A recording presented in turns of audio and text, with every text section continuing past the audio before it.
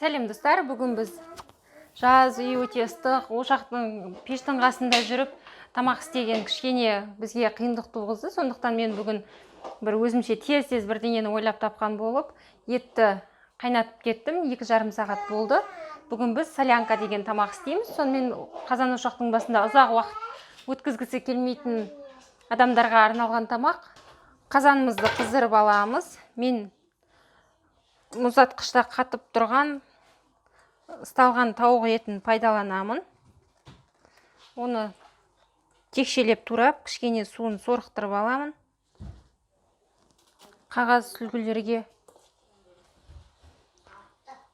мұздатылмаған дүкеннен дайын күйінде әкеліп қолдансаңыздар да болады. Тамағымызды тауық етін қуырудан бастаймыз. Қазанымызды қыздырамыз.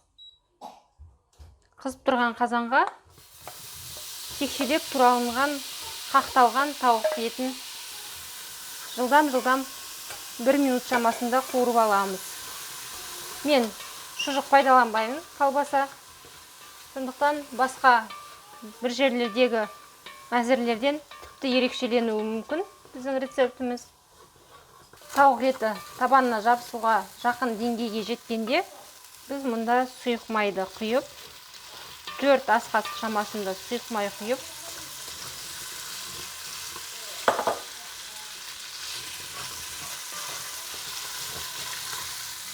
оның бетіне текшелеп туралынған сәбізді салып қуырамыз.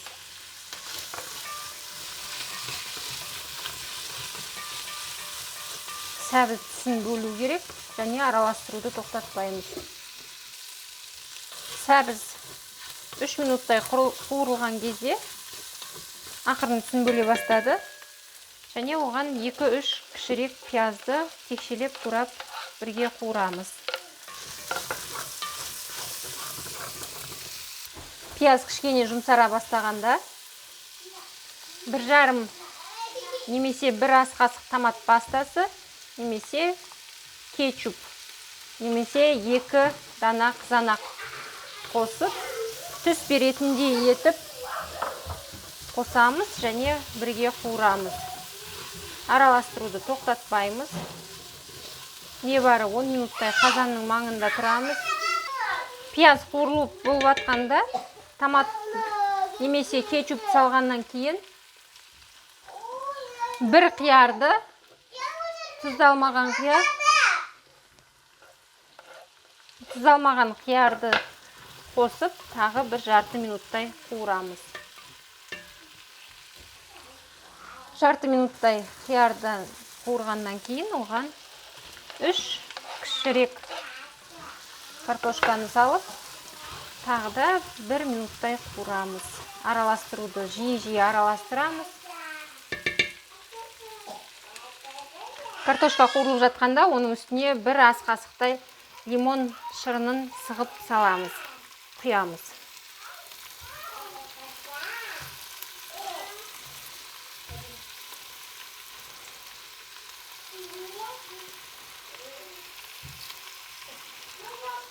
Лимон шырынын қостық, бізге жеткілікті.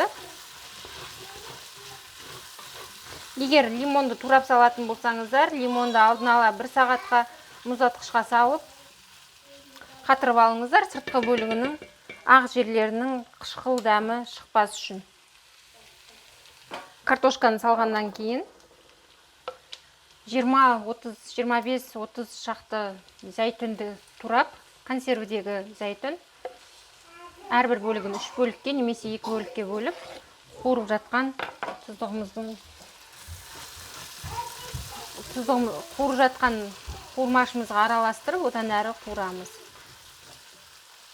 Одан кейін менің пайдаланғаным ең кіші 314 мл зәйтүндер, соның жартысын пайдаландым және соның жарты тұздық суын алып, да араластырамын. Одан кейін аздаған тұз және сиыр етіне арналған дәмдеуіштен қосамын. Болады, қас кесем. Енді мұнда қайнап пісіп тұрған етімізді ұсақтап турап салып, тағы да кішкене қуырамыз. Тіпті қуырдық деуге келмейді, себебі бұқтырылып жатқандай болады, бірақ қақпағын ашып қойып 2-3 минут араластырып, осы дәм сіңгенше араластырып қуырамыз. Енді қазанымыздың пешті жоғары деңгейге көтеріп, барлығын жақсылап бір қуырамыз. 3 минут кетеді бұған. Пышырлай бастағанға дейін. Пышырлап, асты жабысатындай күйге жеткенде, бұған сүзіп алған сорпамызды құямыз. Ет қайнатқан сорпамыз.